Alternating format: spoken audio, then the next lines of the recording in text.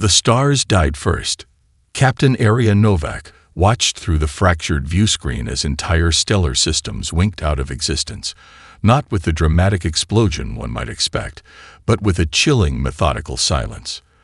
The Krellnak weapon was beyond anything humanity's scientists could have imagined. A quantum cascade generator that unraveled atomic bonds with surgical precision. Her ship, the CSS Defiance, hung motionless among the cooling debris of what was once the Centauri defense fleet. Emergency systems hummed at minimal power, creating a soft blue glow that contrasted with the absolute darkness outside. Aria's left arm hung limp, a jagged piece of carbon composite shrapnel embedded just below her shoulder. The pain had long since faded into a distant, throbbing memory. 17 minutes ago, they had been 300 strong. Now she was alone. The last transmission from Fleet Admiral Gonzalez echoed in her mind. "Hold nothing back," he had commanded, his voice steady despite the carnage surrounding their command ship. "Whatever data survives, whatever fragment of our resistance can be preserved, it must reach someone." Those were his final words before the quantum cascade consumed their flagship, turning millions of tons of advanced military hardware into a fine, dispersing mist. Aria's fingers traced the emergency communication console. The quantum encryption was a long shot, a desperate attempt to send a message that might, just might, penetrate the Krellnak's communication jamming. Her hand trembled slightly, not from fear, but from a cold, calculated rage. The ship's AI, a sophisticated neural network named ARIS-7, Adaptive Reconnaissance Intelligence Algorithm, spoke softly. "Captain, transmission window detected. Quantum burst channel opening in 42 seconds. Probability of successful transmission, 0.37%. A bitter laugh escaped her lips. "Those are the best odds we've had all day." Outside the viewscreen, the grave of civilization stretched into infinity. The Centauri Confederation had been the last organized resistance. Dozens of advanced species had fallen before the Krellnak, not conquered, but systematically erased. Each civilization had believed itself technologically superior. Each had mounted desperate defenses. Each had failed. But something in Aria refused to accept defeat. Her fingers flew across the console, compressing massive data archives, star charts, technological schematics, tactical analyses of Krellnak weapon systems, the entire accumulated knowledge of humanity's deep space reconnaissance, encoded into the most compact form possible. Transmission sequence initiated. ARIS-7 reported. "Warning. This action will permanently disable primary and backup ship systems." Aria didn't hesitate. "Do it." A brilliant pulse of quantum-encrypted data burst from the ship's communication array. A final, defiant scream hurled into the cosmic void. The Defiance's systems began to shut down, one by one. Emergency lights flickered. Life support systems went silent. In her final moments, Captain Aria Novak allowed herself a small smile. Whatever came next, they had not been silenced completely. Somewhere, somehow, this message would find its way.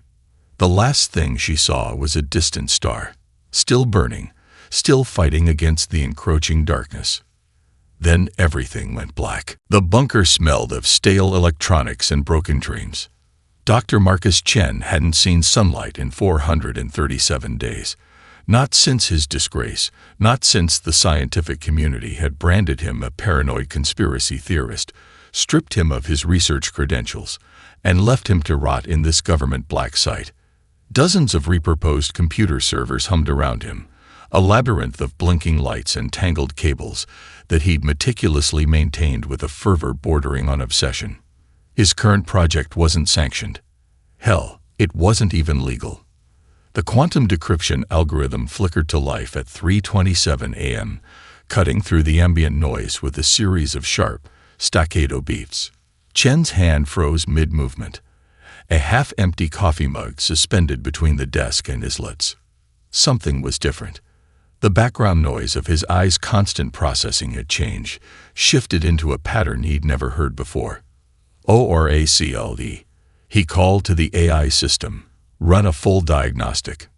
Now, the response came immediately, but not in the clinical tone Chen expected. There was an edge to the synthesized voice, an excitement. "Dr. Chen, I'm detecting an anomalous data stream.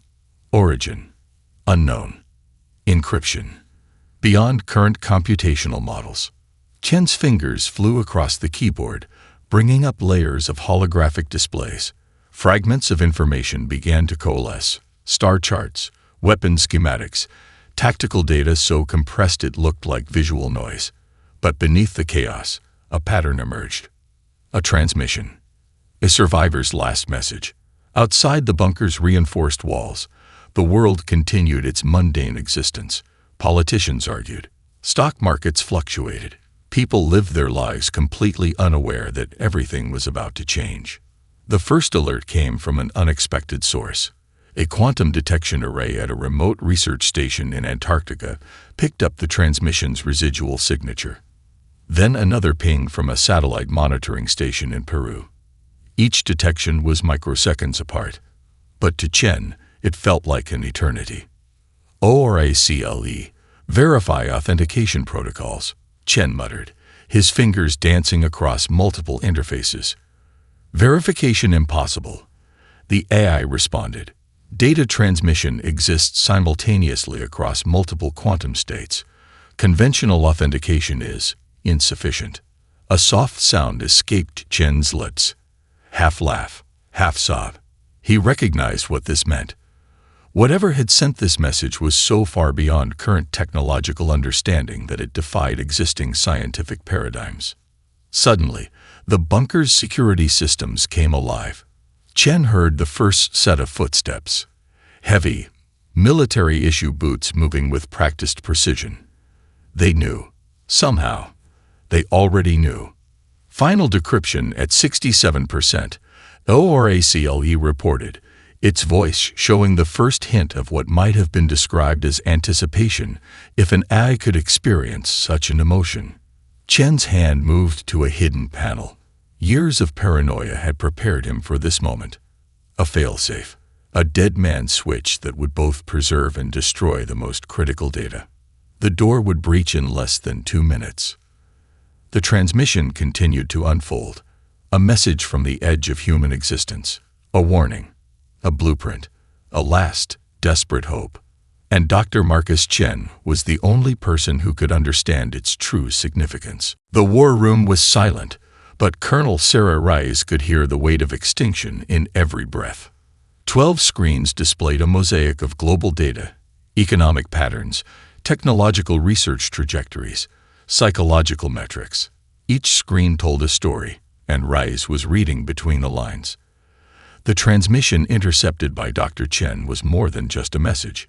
It was a weapon, a catalyst. Her team was unlike any military assembly in human history. To her left, Dr. Elena Rodriguez, a quantum physicist who'd been discharged from 3 separate research programs for being too dangerous. Her last paper had been rejected not because it was wrong, but because it was terrifyingly right. Rodriguez's fingers danced across a holographic interface, breaking down the alien transmission's encrypted layers with a predatory precision. Next to her, Jack Miyamoto sat hunched in a wheelchair, but his eyes burned with an intensity that made seasoned generals look away. Once the most decorated cybernetic warfare specialist in the United States military, he'd lost both legs and an arm in a classified operation. Now, those cybernetic replacements were more advanced than most countries' military hardware. In the corner, Zara Khan, a 19-year-old prodigy who'd been flagged by every intelligence agency for her ability to hack systems that were supposed to be unhackable. She looked like she should be in a college lecture, not dismantling global communication networks with a few keystrokes. "We're not preparing a defense," Rise announced, her voice cutting through the room's tension. "We're building a weapon. And that weapon is humanity itself." Rodriguez looked up, a dangerous smile playing on her lips. "The transmission isn't just data. It's a blueprint, not just for technology, but for total societal transformation." Miyamoto rolled forward, his cybernetic interface connecting seamlessly with the room's systems. Holographic projections of global education systems, manufacturing capabilities, and communication networks bloomed around him. We're going to rewrite everything. How we learn, how we think, how we fight. Zora's fingers never stopped moving. I'm already restructuring global communication networks. By the time anyone realizes what's happening, we'll have completely reshaped the information landscape. Reyes walked to a massive wall display showing Earth. Overlaid were complex algorithms tracking everything from birth rates to technological innovation curves. The Krelnak see civilizations as static systems. They analyze, they predict, they destroy. We're going to become something they cannot comprehend. The plan was elegant in its complexity. Every school curriculum would be subtly modified to enhance adaptive thinking. Manufacturing would be quietly retooled. Communication networks would be transformed into a collective neural network that could think and respond faster than any centralized system. We have 6 months, Reyes said.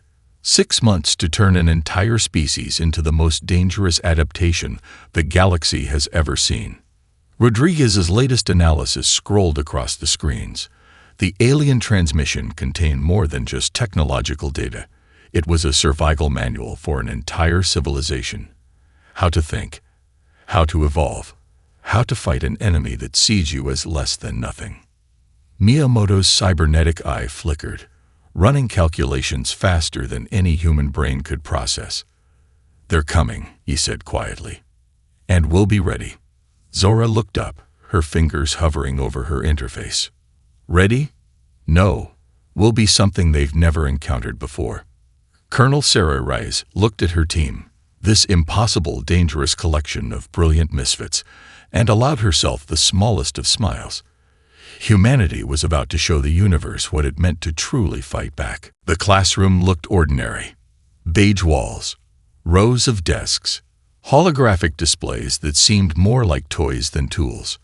12-year-old Maya Rodriguez didn't realize she was being trained for war.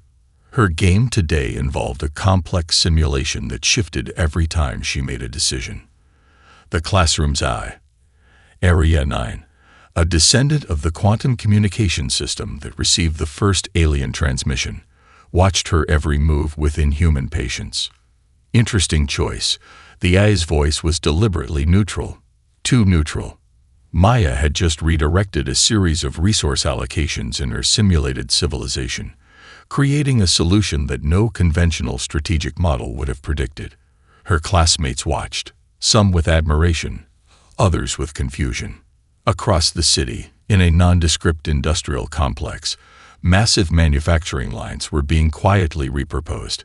What appeared to be standard automotive production was actually a complex metamorphosis, specialized alloys, quantum-responsive materials. Each machine tool was being subtly recalibrated, its programming layered with adaptive algorithms that could rapidly retool at a moment's notice.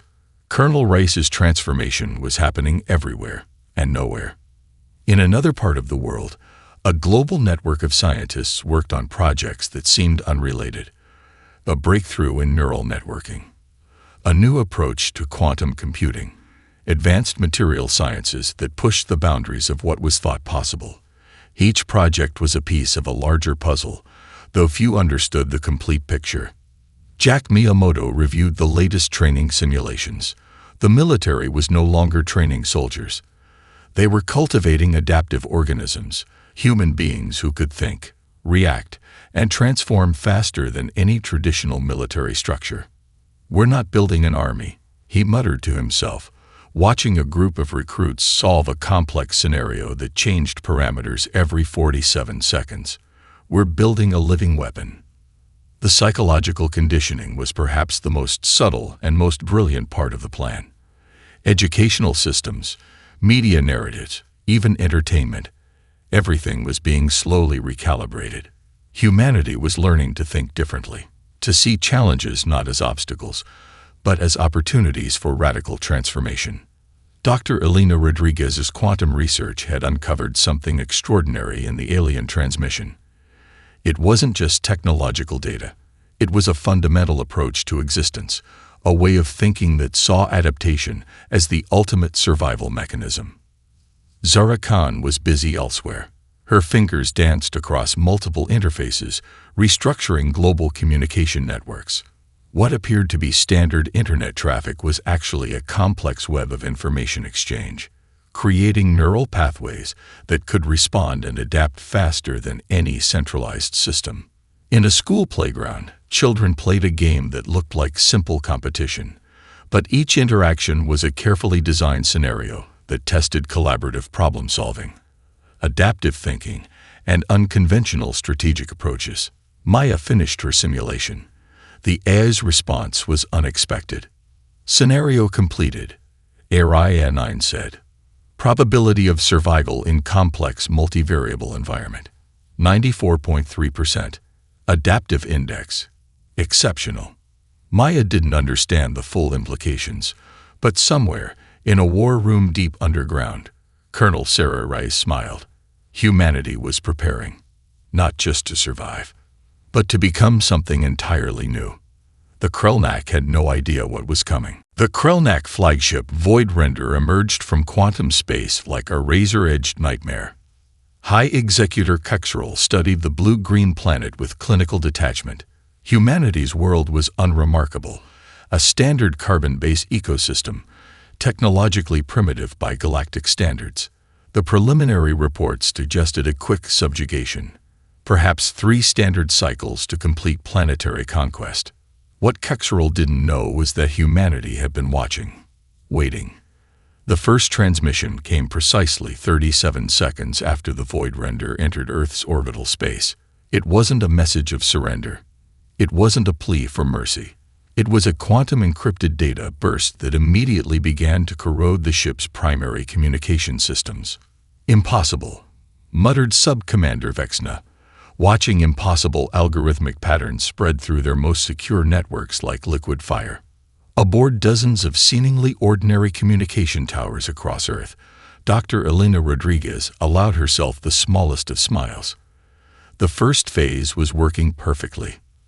The Krellnak's initial assault plan was straightforward. Disable global communication networks. Neutralize military infrastructure. Demonstrate overwhelming technological superiority. A strategy that had systematically destroyed dozens of civilizations across the galaxy. They never anticipated a weapon called humanity. Each of Earth's defensive systems looked like standard technology. Satellites that appeared routine. Communication networks that seemed ordinary. Military installations that looked almost archaic. But beneath that surface lay something entirely different. The quantum transmission was just the beginning. As Kexerl watched, Earth's supposedly primitive defense systems began to do something unprecedented. They adapted. In real time. The attack vectors the Krellnak had used to destroy countless civilizations were being analyzed, understood, and neutralized faster than the alien intelligence could comprehend. Jack Miyamoto sat in a hidden command center, his cybernetic interfaces dancing with impossible speed. "They're using a cascade fracture attack pattern," he called out, routing defensive algorithms through quantum adaptive networks. Colonel Sarah Reyes stood nearby, her eyes fixed on the holographic displays showing the emerging conflict. "Not defense," she corrected. "We're going on the offensive." The Voidrender's weapon systems began to misfire. Targeting protocols became corrupted. Communication channels dissolved into nonsensical data streams. What should have been a moment of absolute dominance was turning into something the Krellnak had never experienced. Confusion. Zara Khan's fingers moved like lightning across multiple interfaces. She was no longer just defending. She was actively hunting through the Krellnak's own communication networks, finding vulnerabilities, creating chaos. "Primary quantum encryption compromised," she announced, her voice eerily calm. "They've got no idea what's happening." In growing horror as their supposedly invincible flagship began to come apart, not through physical damage, but through something far more terrifying. Their own systems were being turned against them. This wasn't just resistance. This was total information warfare. The first human response came not as a weapon, but as a message. Encrypted, complex, a communication that was simultaneously a threat, a taunt, and a fundamental challenge to everything the Krellnak understood about technological warfare. "You are not the apex predators you believe yourselves to be," the message read. "We are something else entirely." First contact was nothing like the Krellnak had predicted.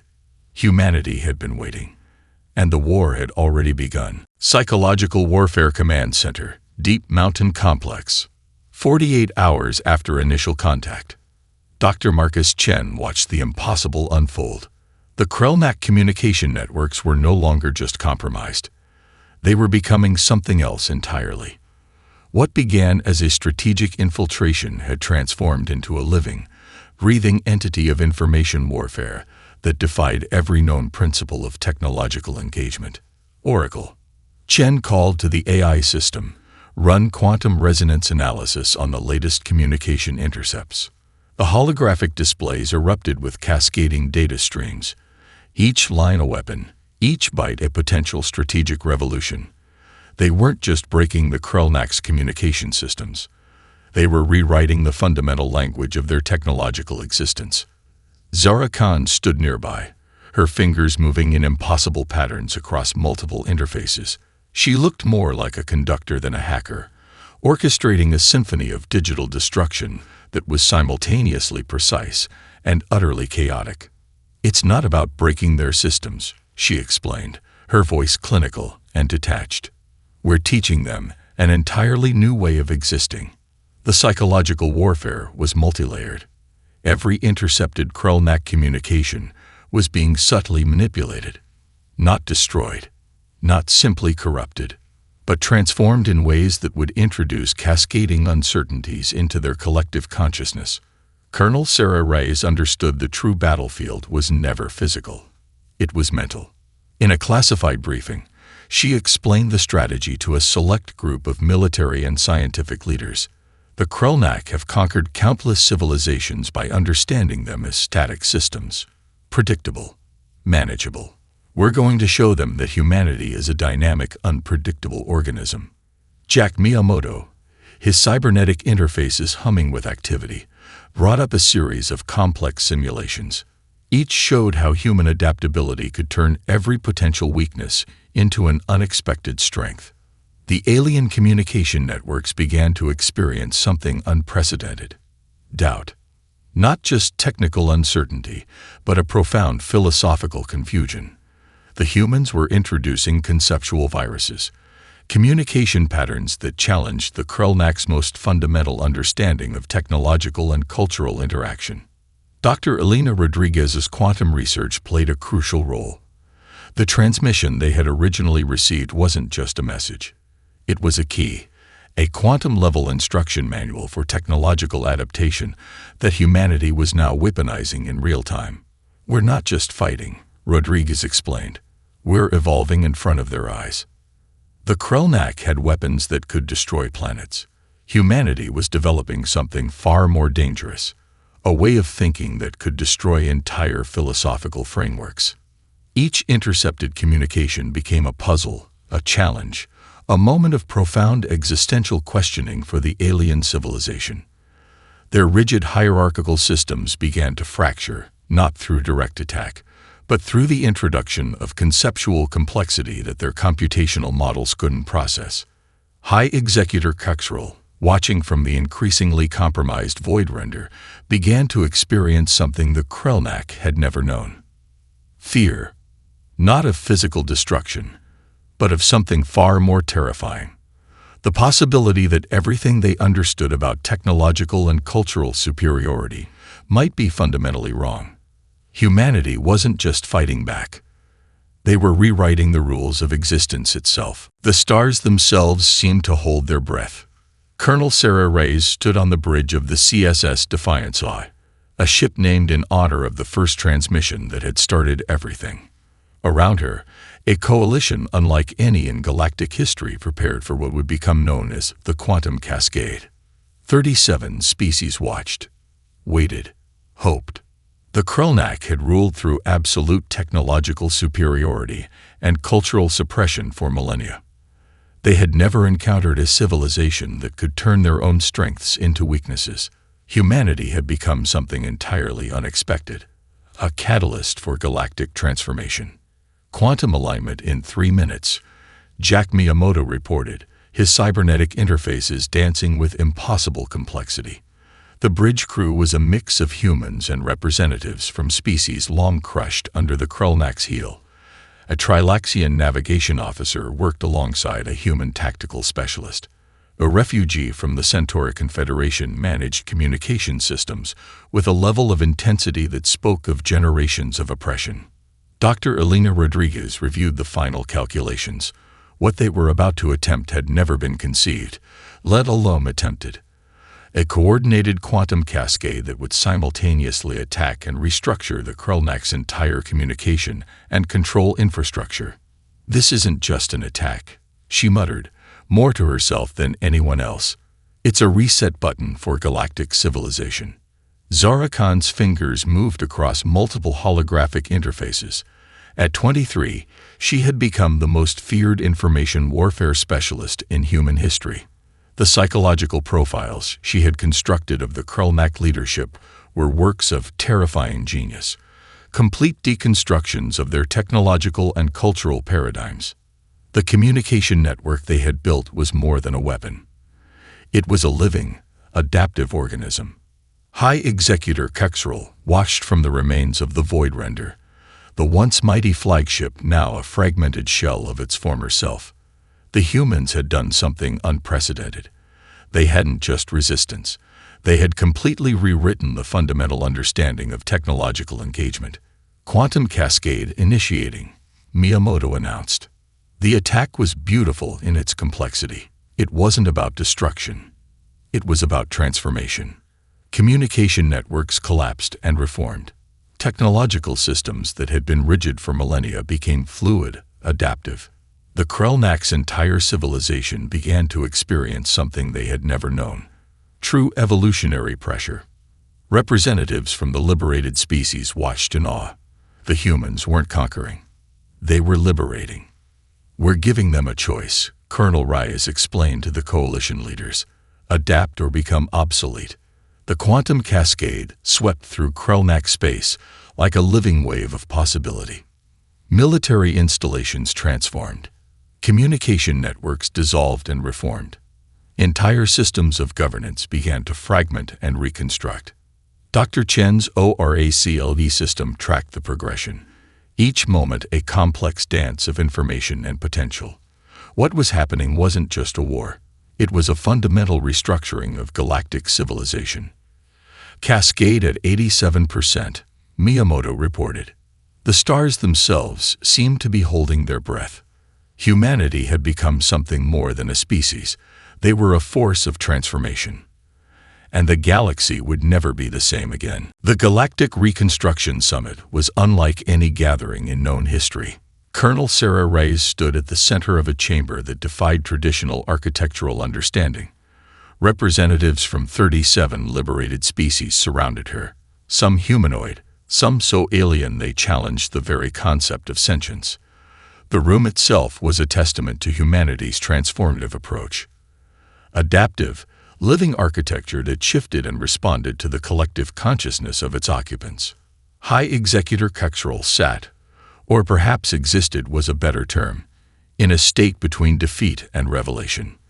The Krellnak's rigid civilization had been fundamentally unmade and remade in ways they were still struggling to comprehend. "We're not offering peace," Reyes announced, her voice carrying the weight of generations of struggle. "We're offering evolution."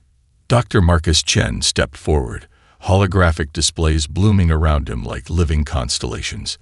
The data they presented was more than information. It was a blueprint for a new way of existing. Technological paradigms that emphasized adaptability over control. Communication systems that valued diversity over uniformity. Societal structures that saw change as a fundamental strength rather than a threat. Jack Miyamoto, his cybernetic interfaces now fully integrated with the summit's living systems, presented the most radical proposal: A galactic communication network that was truly alive. An adaptive, self-healing system that could respond to challenges in real time. The old model of galactic civilization was based on conquest and control, Miyamoto explained.